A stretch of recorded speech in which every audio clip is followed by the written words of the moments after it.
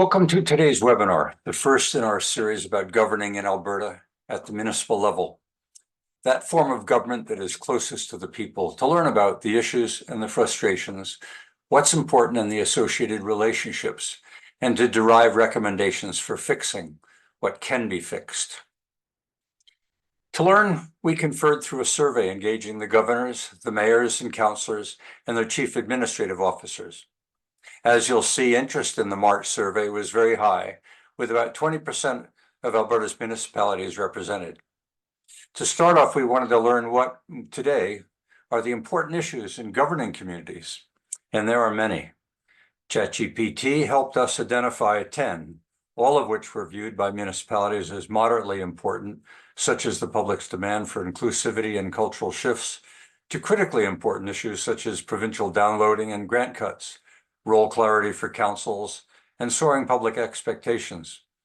Somewhat surprising was to learn how well aligned, with few exceptions, are the municipalities, their CAOs and councils. What is important? From the north to the south, in towns and villages and rural areas, governing today at the municipal level is complex and frustrating, particularly in the relationship with the province. But that is just an overview. During today's webinar, as a series introduction, we'll show you what the survey reveals about the issues, their importance, and how they align for the municipal CAOs, mayors, and councils, the regions, and the jurisdictions. From time to time, I'll engage our panel for additional detail. The panelists are Don Ringrose, George Cuff, and Dennis Palman, each with extraordinary experience in municipal government, either as a councillor and or as a researcher and consultant. We'll then want to get your questions and perspectives as we open discussion with you, the viewers and listeners. So let's begin. As noted, the title of the session today is Governing Communities, Issues and Frustrations. The agenda for episode 1 on governing perspectives from the inside and closest to the people will first cover the survey itself, who, when, and how it was developed.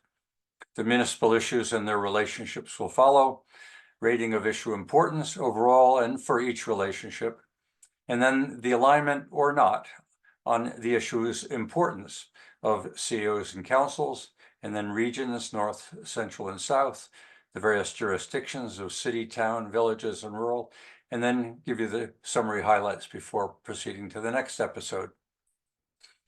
So the survey: why, who, when, and how. Our objectives were 5. First, to increase the awareness for Alberta's various levels of government of common issues and advocate for collaboration in pursuing their resolution. Then assess the importance to municipalities of a number of current issues. And as I noted earlier, ChatGPT helped us identify 10. And then compare the perspectives of the CAOs and councils and between the mayors and councils. And then identify differences in importance for 3 provinces, regions, and then the various jurisdictions, of which there are 4. Prepared draft recommendations for addressing common issues was our final objective. As for the survey's methodology, as I noted, ChatGPT Plus was prompted to identify 10 of the most important issues in governing Alberta's municipalities. SurveyMonkey was employed, incorporating 10 questions about the importance of each issue, including several open-ended for gathering comments and recommendations. We developed 2 surveys. They were designed for completion within 4 minutes each, including 2 of the same questions, and 4 different questions for each of the 2 surveys, for a total of 6 questions in each survey, 2 common and 4 unique, plus the open-ended questions. The survey was conducted in March into early April 2024 through email sent out with reminders to the CEOs of the 317 Alberta municipalities. Engaging of mayors and councillors, was achieved through the CEOs, who were encouraged to share the survey. The final element of our preparation of the survey was in communications and their resolution. Preparing findings for sharing with the municipalities and their representatives, and then consulting with AUMA on options for conveying, signing, and finalizing any of the recommendations. Next, who replied to the survey in their municipalities? We were delighted. A diverse and representative survey response was achieved extraordinarily high, that is greater than 50% open rates, indicating high interest, and completion rates were about 50% of those who opened as well. Of the 317 CAOs that were emailed, there were 158 in survey 2 and 159 in survey 3. You'll see that better than 50% opened the survey in the first mail out. It declined somewhat until on the last mail out on March 29th, which was really a final reminder, was just under 50%. Of those that received the survey, 95% completed the survey. Only one was lacking a position identity. So you'll see the following numbers only add up to 94. There were 44 CAOs and managers, or 14% of all municipal CAOs responded, and 15 council members, including 37 councilors and reeves, and 13 mayors and deputy mayors. In overall, there were 59 different municipalities, or 19% of all of Alberta's municipalities were represented. This is a bar charts of the responding municipalities. Clearly in the regions, the North dominated better than 50%, with Central and South the remaining 50%, equally balanced. As for the jurisdictions of city, town, village, and rural, the town was clearly the dominant at 47%, with village and rural the remaining 50%. City was only 3%. You'll see later it resulted in us having to dismiss some of the data coming from the city. Who are the municipalities that responded? The majority, as I noted, were in the North, and there were a few cities.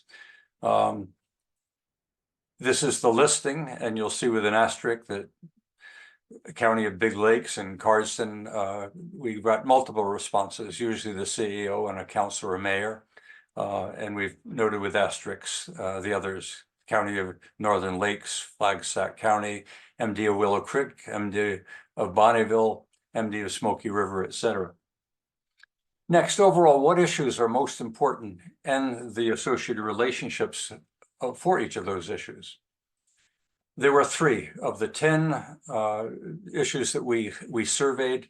3 stood out: provincial downloading, role clarity and council direction, soaring public expectations. The index averages are derived from the index that you see off on the right. Critical importance would have been a 1, so anything between 1 and 2 was between high and critical, among the highest of any of the issues that we surveyed. The provincial downloading is clearly a provincial relationship. Role clarity and council direction is clearly a council relationship. Soaring public expectations, a public relationship. Of the remaining, or the rest, ranked 4th to 10th, you had in the next cluster provincial government grant cuts, tackling diverse roles beyond means, hindering collaboration due to competition, and then urbanization's toll on rural areas, elusive regional governance, and addressing voter apathy and enhancing municipal accountability, which was identified as a council issue, and then demanding for inclusivity and amid cultural shifts was the last in the ranking. While still at 3.0 of moderate importance, it was almost a point and a half less than the item that was indicated as the most important. So the overall importance of all the issues surveyed, there was an extraordinary spread between the most and the least important issues, that is provincial downloading, for example, and demand for inclusivity. Also, the provincial relationship issues, downloading, grant cuts, and the diversive roles are the most dominant in importance. They were the top 3 of the top 5 issue in terms of issue importance. So our overall observation was there was an extraordinary spread between the most and the least important issues, with the provincial relationship issues of downloading, grant cuts, and diverse roles being the most dominant in importance. We've clustered the 10 municipal issues here and their associated relationships for ease of review, citing the top 3 provincial, the top 3 inter-municipal, the top 2 public, and the top 2 council. Council being role clarity and council direction, and voter apathy and enhanced municipal accountability, ranked 2nd and 9th. So quite a spread there. For public, soaring public expectations and the demands for inclusivity amid cultural shifts, quite a split again. But clustered were the intermunicipal relationship issues of hindered collaboration due to competition and urbanization's toll on rural areas and elusive regional governance. Quite tight were the provincial issues, and that is provincial downloading, the grant cuts, and the tackling of diverse roles beyond their means. Next, how aligned are the CAOs and councils, including mayors and councillors, on what is important? I'm going to read you the results here. There was a good alignment between the CAOs, the mayors, and their councils, except on role clarity. Are the CAOs and their councils aligned? Overall, yes, as they are never more than 1 or 2 issue rankings apart, with one glaring exception. Role clarity was ranked as #1 issue for CAOs, but #6 for councils. That's quite a spread. They differed by 0.6 in their ratings from 1.4 to 2.0. Secondly, are mayors and councillors aligned? Generally, yes, with few exceptions again. Role clarity is ranked by mayors as #1, but #7 by councillors. They differed by 0.079, which is quite a significant difference in rating from 1.5 to 2.2.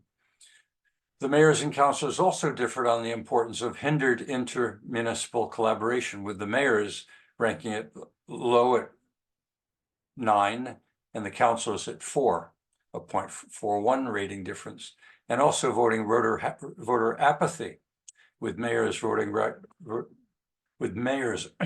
ranking voter apathy as 10th and the councillors as 6th. As for all are aligned in ranking last, demand for inclusivity as 10th amid cultural shifts. The overall observation, mayors and CAOs are more closely aligned on issues than they are with councillors, both agreeing that the role clarity issue is #1 in importance, while councillors were ranking it as #7th. Next, what about the regions, North, South, and Central? Are they aligned? And are the jurisdictions of cities, towns, villages, and rural? Generally, there's a close alignment, that is within 3 ranks between the regions of what is important, though the South region views role clarity and council direction less important than others. And you'll see there that what I've circled under role clarity and council direction was the exception of the South versus what we saw for North and Central that ranked it #1 and #2. And also circling the last urbanization's toll and elusive regional governance and voter apathy. We didn't rank Central because there was no to weak response to these 3 issues, so it warranted an adjustment to the region's rankings. Otherwise, you'll see only the South region was an exception in the ranking of 1, 2, 3, and 4, and 5. They were all within the top 4. The importance of issues by the jurisdictions, again, generally close alignment within 3 ranks between jurisdictions as to what is important, though the villages and rural viewed role clarity and collaboration as less important, and regional governance as more important than the larger towns. Note, we skipped the cities as only 3 were represented. So we had, again, provincial downloading, role clarity and council direction, soaring public expectations within the top 4 for town, village, and rural, which coincided well with what we saw for the province overall. The only exception being villages and rural areas rated role clarity and council direction as less important than did the town and the province overall. The other exception is under the inter-municipal issue of hindering collaboration due to competition. The villages and rural areas rated it as next to last at 9th, while the towns rated it moderately at 5th. As for elusive regional governance, villages and rural rated it somewhat higher at 4.5, and it's a 4.5 because there was a tie between fourth and 5th. And that was more important to villages and rurals than to towns. When we looked at the relationships and the most important issues, we see provincial downloading, provincial government grant cuts, soaring public expectations, role clarity and council direction as the most important. 2 of the two of them being at the provincial level and one each for public and council. The provincial downloading is clearly of most concern, and role clarity for council being its most concern. So the overall summary highlights is there's a close alignment apparent on the relative importance of issues among CAOs, councils and regions, and the jurisdictions, with only a few possible exceptions, they being role clarity and council direction as most important for CAOs and mayors, though less so for councillors who rate higher voter apathy and municipal accountability and hindered collaboration due to competition.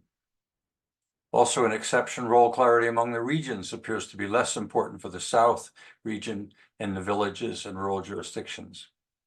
And the other exception is regional governance among the 4 jurisdictions appears to be more important to the smaller villages and rural areas. Municipal issues associated with the province appear to be the most important, that is 3 of the top 5.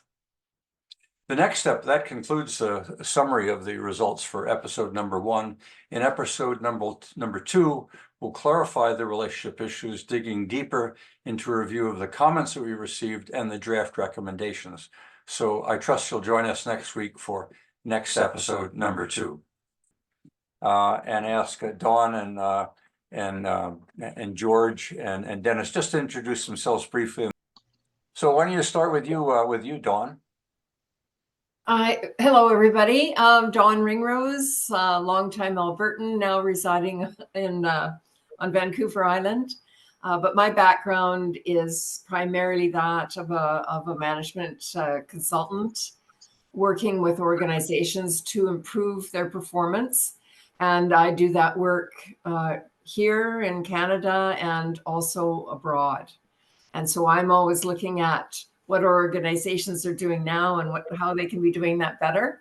And so that's my background and my experience that I bring to the table today. And one of the recent studies I've been doing is a global assessment on the current state of excellence. And so what we're seeing there is how things are going, in business, in nonprofit, in government, not just here, but all over the world. So that's the sort of kind of lens that I'm looking through today at this webinar.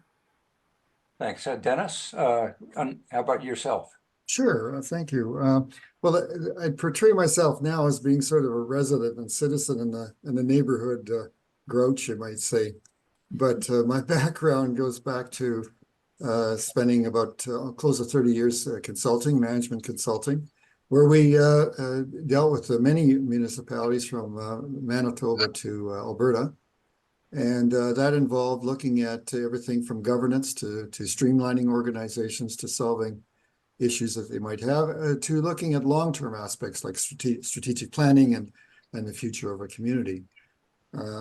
Before that, I was involved for 25 years and rose to city manager level. So I have the grassroots, you might say, experience of having to manage communities and deal with the aspect of councils and the challenges that they face and what the challenges that municipalities have in terms of funding and so on and so forth. So I'm looking at my participation in this as sort of from a historical aspect about what did we experience over those particular years, how that relates to what's going on today, and perhaps providing some merging of those thoughts. Thanks, Dennis. George, you probably need no introduction, but I'll ask you to introduce yourself as well. And then we've got a special guest. I will ask Kevin just to let us know you're in the audience, Kevin. Go ahead, George. So, like Dennis, I'm long in the tooth, have been involved with local government since the early 70s. I've been involved as a department head on sort of the management side of the table. I spent 12 years as mayor of my own community, Spruce Grove, 1 year as president of Alberta Municipalities, 1 year as president of the Federation of Canadian Municipalities, and the last 45 years as a management consultant, including overlap with my time as mayor, just so you don't add on 12 years to my age. I did the two concurrently, have conducted over 700 seminars, have written over 450 studies. I'm still working full-time as a management consultant because I haven't figured out what else I should do in life, and God has appointed me in another direction. So My wife and I are involved in a children's camp in Romania. I've written 400 articles, 11 books.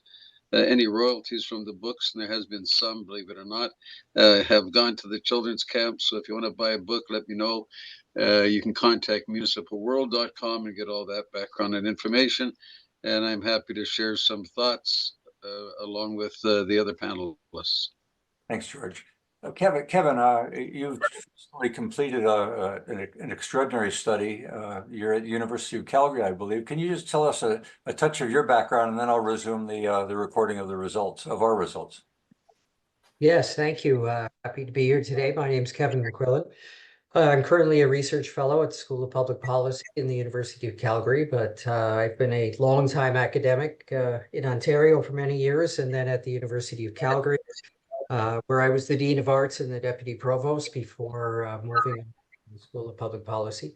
So the paper you referred to was part of a series of 8 papers that we did in conjunction with what used to be AUMA and now is called Alberta Municipalities, looking at a variety of issues facing municipalities across the province.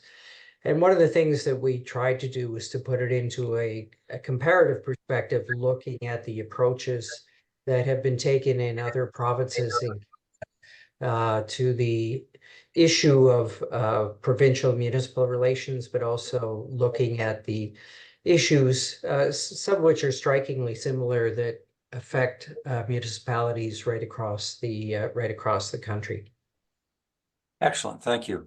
And for everybody to appreciate, one of the perspectives which we're sharing with you is we wanted to look at governance from the inside. So often the media, as I noted in the newsletter, is reporting about government from the outside, and that is public expectations and the conflict that government may or may not be having with the public in general. What we were trying to get a handle on is what's life like on the inside, and what are the issues that those that are in governance are facing, because it's more than just the relationships with the public. So again, it gets really rich in the next episode, because we can actually see the comments and recommendations that stem from the survey, not ours, but those that were the respondents themselves. So we'll get more clarity on every one of these from the respondents themselves. But go ahead, Dawn. I'm just very brief from me at this point. You know, as I look at a lot of the issues that municipalities are facing, I mean, I feel for them, because they're under a lot of pressure now. And there's things coming at all directions to them, whether it's from their provincial and federal counterparts or it's from the citizens themselves. And they're really on the firing line, because citizens are very close to municipal government. And so they can make their thoughts and concerns known very, very loudly. But as I look at it, you know, I always think with, you know, organizational excellence in mind, and you know, how we can run organizations as effectively and efficiently as possible. And as I look through the comments, I mean, I see it through that lens of certain practices that should be in place. And maybe we need to spend a little bit more time and effort. And a lot of the practices, you know, fall, you know, in the governance, the leadership, you know, the customers, the resources type of areas. And so I think that there's real opportunities for municipal governments to be run even more efficiently and effectively. But I also think one thing, that the theme that's really running through this for me is that of, you know, staying in your own lane, and the federal, the provincial, the municipal government really understanding what their mandate is, and then, you know, working collaboratively with each other where need be, because if they don't do that, a lot of angst results. Well, it's very interesting you cited that in your overview. And we've just seen in the last couple of days that the Alberta government is starting to challenge the federal government, where it feels the federal government is interfering in municipal affairs. So you've opened that up, and that really wasn't front and center when we launched the survey, but has emerged since. Dennis, any observations you want to share with us? Sure. I think that what's interesting is that I'm really not too surprised, I think, from the results that we see. the aspect about, say, provincial downloading or the higher expectations and so on. I'm speaking from the actual working within these positions, the CAO and so on, is that we experience those things throughout the life of working in a municipality. So this is not new, but at the same time, I think it's probably more intense related to some of the things we've talked about in terms of instant communication. The public can access you much more quickly. The news media covers it instantly. And so all of those things change or change your direction. And so when Don speaks about excellence and so on, it actually takes you off course of excellence, because usually priorities have to change very quickly. And so what you were trying to work on now, you have to take a different approach. So we'll hear some more comments, of course, about this. But I think the other thing that comes out is this whole business of provincial relationships. And particularly in Alberta, the dynamics are totally different from what we've experienced in the past. And that's got to be putting a lot of pressure on the municipalities and how to work with this. For example, now just recently, the announcement to control federal grants as such is that municipalities will not be able to deal directly with the federal government. Well, federal government is providing certain initiatives for housing, for example, and homelessness and those kinds of things. And now we're saying that a municipality can't do that. Well, that just doesn't help you at the local level. End of comment. Thanks, Dennis. George, your turn now. You certainly are most knowledgeable of what's going on in municipalities from your own consulting, but anything in this data that surprises you or you want to reinforce? No, there's a couple of things that I would comment on. One is that, provincial downloading has been an issue for a long, long time. And it's a question around, so what is the province forcing onto municipalities, and are they sharing a equitable share of resources in order to be able to fund the responsibilities? And there's always been a lag between responsibilities and funding. There's always been pressure from municipalities up to the province through associations like the Alberta Municipalities Association and the RMA. And so the pressure is put on the province to do something about the impact of their downloading. That's gone on for a long, long time. And I suspect it will continue to go on, in part because the province wants to have an impact on municipalities, which control, obviously, the province in many ways, because that's where your votes are coming out. And secondly, it's important for the province to get credit for the good things that they are doing. And of course, municipalities are somewhat reluctant to do that because they prefer to have their credit shine on themselves. That's in part what's happening with the federal provincial relationship. And it has long been that case. I mean, this has been ongoing since the late 80s when the feds decided to get more involved with municipalities. The provinces initially welcomed that because it meant fresh money, money that they didn't have access to and so on. But they eventually realized that the feds were going to take responsibility and credit, mainly credit, for all the funds that they distributed to municipalities. So the fight between the feds and the province has been ongoing.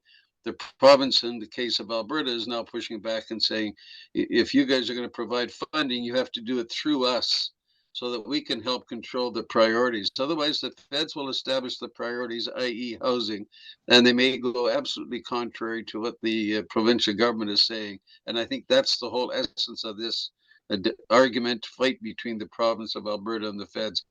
The feds will see, for example, climate change is a whole lot more of an issue than the Alberta provincial government does. And as a result of that, the provincial government wants to make sure that municipalities aren't being brought in as collaborators when they ought not to be. So that's part of that issue. The second issue is that of role clarity. And I'm not surprised that that's a big issue because I see it in my work right across Canada. And that's this whole issue around who are we electing and what are we electing them to do. Administrators that, for example, that Dennis Plowman used to be a long time ago and did a very credible job as an administrator. Well, the administrators are not doing a very good job in advising their councils as to what's their role. And unfortunately, it starts on day one and it goes downhill from there until it eventually hits enough of an impasse that they call in people like me to try to help resolve the problems. The problems are created because you elect people who are good administrators administrators, you elect people who are good business owners, you elect people who have a point of view, and then you don't give them a particularly strong mandate in terms of what do they do once they've got elected. I mean, getting elected is a step one. Now, what's step two, and where do I get my hand in to start directing the public works employees, to start directing the recreation programs, and so on? All of that leads to unbelievable confusion. And there's a whole lot of wasted energy right across Canada between councils governing and administrators administrating. And that problem has been a huge gulf. And if it wasn't for role clarity problems, I wouldn't be in business for the last 45 years. Before I open it up for general comments, Kevin, anything in here that caught you by surprise, maybe given what your survey revealed? No, I wouldn't say so. I think these are the kinds of issues that come up often. I think one of the things that often strikes us when we hear the term downloading is, are we really talking about something being shifted from provincial to municipal responsibility? And sometimes that occurs. A lot of it, though, is just a general expansion of government that we've seen at every level, federal, provincial, municipal. You can see the size of cabinets, for instance, in both provincial governments and federal governments, how much bigger than they used to be. We've seen just a general sense in which there's, I think, an expectation among a lot of the population, but I think there's an aspiration too among governments to claim credit for solving a wider range of problems, and it's meant bigger government. And I think when it works its way down to the municipal level, where often there isn't clearly a substantial civil service in order to carry out those demands, I think it's felt most keenly in the smaller communities as more and more issues make their way to them. An expectation, even in terms of things like surveys, of answering surveys, of providing information. I think that's one of the issues that local government finds very challenging. Thank you.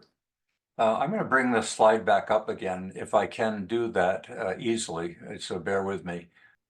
Okay, I'm going to open up for discussion from others, and I'll make an observation myself, which reinforces, I think, all of the points that have been made recently, is if you look at provincial downloading and grant cuts, you'll see at the upper levels, the provincial levels, what's coming down on the province, on the regions themselves, or on the municipalities themselves. And then you see soaring public expectations, which in a way, as municipalities so close to the public, are going to be prime for the public complaining. We want this, and we got something last year, well, we want more this year. And you're getting our taxes, so what more can we do? When I was director of privatization and funding reform of the province, it was astounding to see how rapidly municipal governments had grown across North America as service agencies. And one needs to begin to wonder, when is enough enough? What is it that the public doesn't expect from government anymore? Because whether it be inclusivity and what color you're going to paint your lanes, to the relationships with the federal government, all of this is coming down on the heads of councillors. One of the commentaries, which you'll see tomorrow or next week, was the pressure that social media itself is putting on councillors. And one of the councillors asked, why would anybody want to run to be a councillor in this chaos? And at some point in time, it seems to me something's got to stop. And I don't know how you do it. But I'm going to open it up now for general comments. If there are observations that others that are here today, Perry, if I could ahead. just draw a connection with what you're talking about to what Don was saying, is that staying in your own lane. Yeah. Municipalities tend to get out of their lane, and that's why they wind up taking on so many of these various services or whatever that the public are demanding, and forgetting about, what can we actually handle within the budgets and so on that we have. Yeah. And if I can add to that, over time, what I've noticed, I mean, and this fluctuates a bit, but over time, we've governments doing their thing, business sector does their thing, nonprofit sector does their thing. And if all these sectors are healthy, we have a well-functioning society. But here in Canada, I've seen over time the growth of government sometimes infringing on the business and nonprofit sector, becoming larger and larger and larger. And with that, there's an increasing level of dependency that is being encouraged with the public to be looking at the government to be all things to all people, and the government in turn trying to do that. And I see that working within government too. Governments just want more and more budget. I think we need to shake some of this up. Do you know? I think we need to make sure that everybody stays in their lane, and that we put the onus on government to be high performing and managing resources effectively, and doing only what they should be doing for the public. And I look to high performing governments around the world and what they're doing, right? And one of the highest performing governments around the world is Singapore. It's a very small government, but very high performing. And they're at the top of most lists when you take a look at social, economic indicators, right? And so you've got to ask yourself, what are they doing versus what are we doing here? And when we work with really high performing governments at every level, you know, they've got very definite features in common, right? But would we rank a high performing government one that shows discipline to say enough is enough?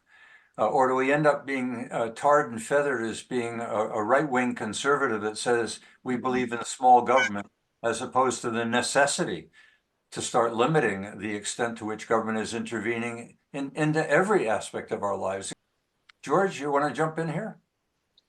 Well, one of the observations that I would make is that, you know, we do across the province look, and there's so much different impact on smaller municipalities than there is on large. You know, it's a question of scale, of course, but you've got now a lot of people moving away from large centers into smaller centers, in part to get away from the homelessness crisis, in part to get away from the social issue demands that they see in larger centers. And the province has to be aware of what's the impact of that on smaller municipalities. Do they have the funding available to make the kinds of decisions that they should be making? And you end up with sort of a haves and haves not within provincial municipalities, in part because of that. So you've got a great stress on the demand for resources because of the problems that you've already cited. You've also got to stress on the caliber of those people running for office and whether or not they're up to the task which Don and Dennis have described. And you've got really a challenge, in my view, is to determine what is the role of a local council vis-a-vis that of the province or the feds in terms of accessing resources, in terms of ensuring that the right finances are available to meet the demands of the individuals within small communities or mid-sized communities. And of course, what happens is that they don't have those kind of resources. And so there's a lot of pent up energy in mid to small sized communities, rural communities, around why on earth would we get involved in these issues when they're costing us money?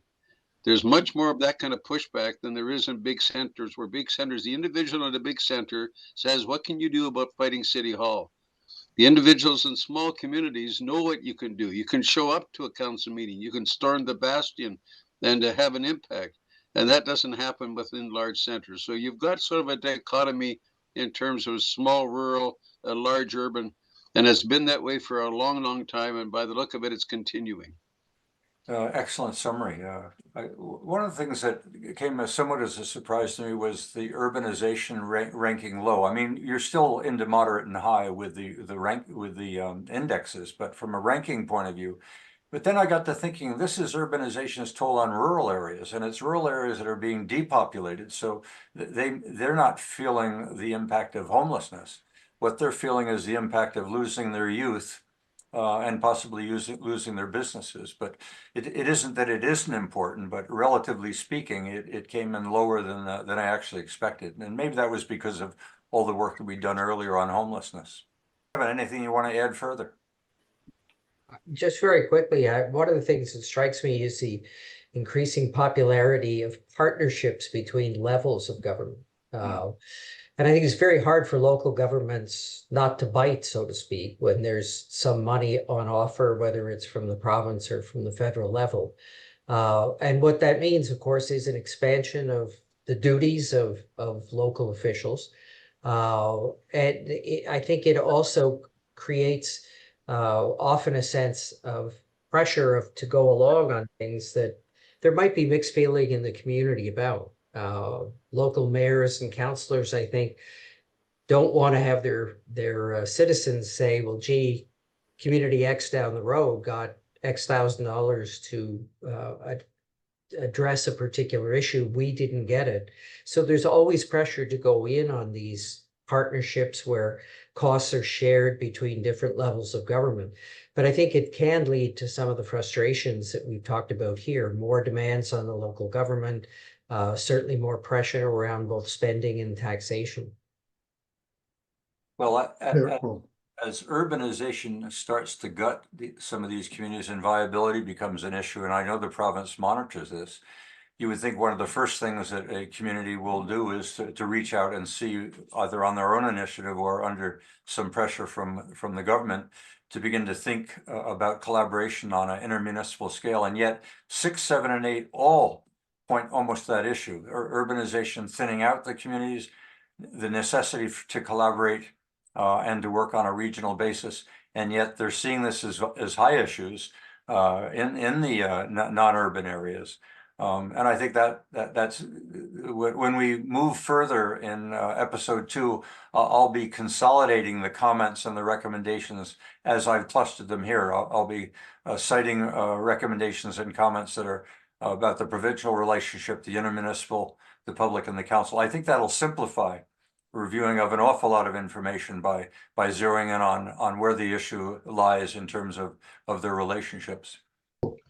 Go ahead, Dennis. Or I was just going to tag on to Kevin's comment about being pressured perhaps to getting into partnerships or taking grants and those kinds of things.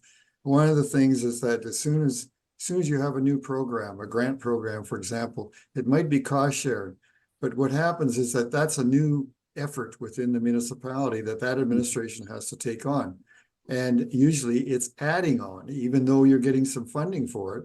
It's another service that you have to look after, another administration. So now the administration grows. So now your resources reduce again because you're splitting that dollar another way.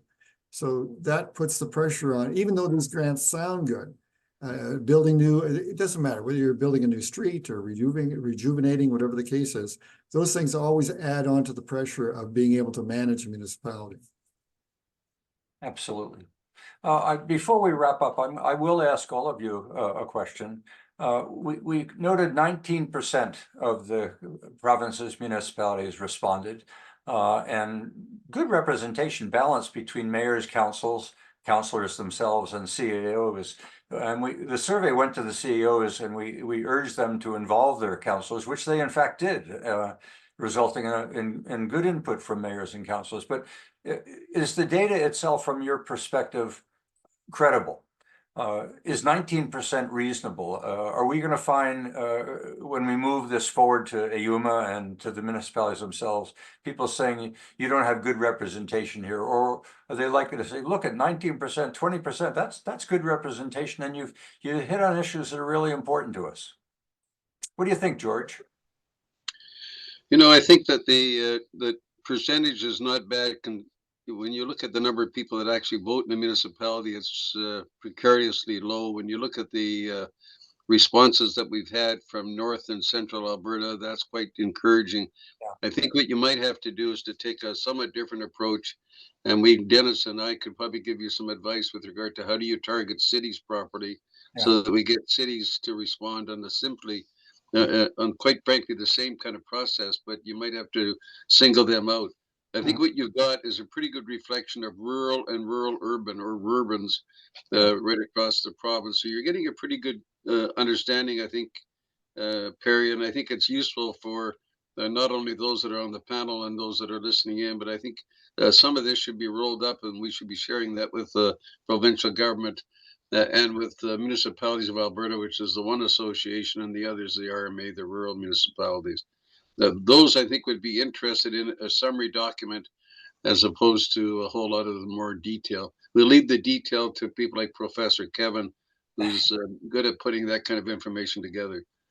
Well, it is the intent to take this forward, but only to consider this draft and the subject to review by the municipalities themselves.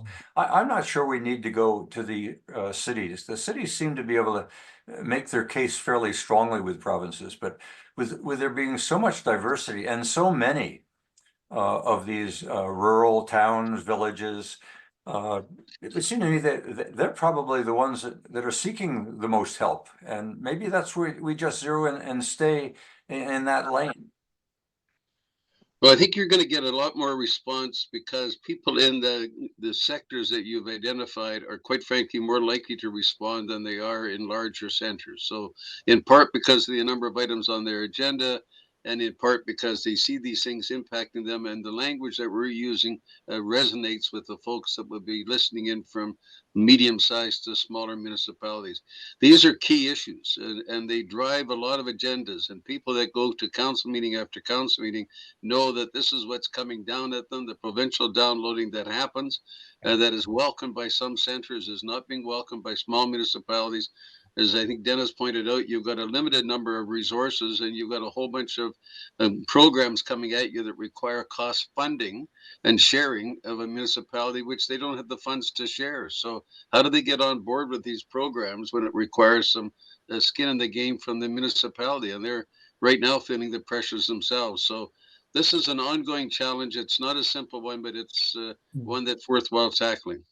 George, also related to just taking on a new project, you have to remember that afterwards you have that project, you have to manage it, you have to still operate it. And those costs are never factored into the mill rate until it actually hits the budget. And that's where then you really have a crunch, you know. And so we've seen that you see that over and over. And if we take the city of Edmonton, for example, with the huge LRT expansion, the debt load and so on related to that is a long ways down the road yet before that's in the mill rate. And they're already up 8% mill rate this year. So, you know, it carries on, and those are major problems. Yeah. There's a lot of comments running throughout the survey about these large infrastructure projects and that, you know, maintenance over time and the cost of it. But you know what, I was thinking that it would be a good idea to invite more cities to participate in this. And we have the full survey that might be available to them, but I think to myself, I would really value their perspective and see, you know, are there differences, which I'm sure there will be, but I think that having that view with everybody's input would be very, very valuable, you know, especially on things like collaboration and competition and that sort of thing. I mean, I think those perspectives are all really important to consider. I think Don, you're right. It's that I think only 3 cities out of the, what do we got, 15, is it? Is a little bit low. And there's some key cities in there it would be good to get some response from. Yeah. I think if we took a targeted approach and got a covering letter off to city CAOs from a couple of us, that names that would be known to local government across the province, I think we're bound to get a higher response rate. That said, without any degree of immodesty. Yeah. Well, if we want to keep this alive, I mean, there's no reason to close it down per se if the intent is to go for quality and make sure we've got full coverage, including the cities themselves, which, by the way, we're not targeted by the surveys we got in so far. That is, they weren't complaining about their relationship with cities. They were complaining about their relationship with the provinces and the challenges that they have with one another. Kevin McNulty, you've got your hand up. Sure. I'd be curious to see the input from Indigenous communities and Indigenous leaders on this survey. But I think that's of particular relevance these days as we endeavor to encourage, you know, economic reconciliation. And so, yeah, I think that is perhaps a cohort that has been left out, and I think would be quite valuable. Thank you, Kevin. Okay, I'm looking for any other hands that are up. I see none. I have no reason to not go for supper, so I'm going to call it a day.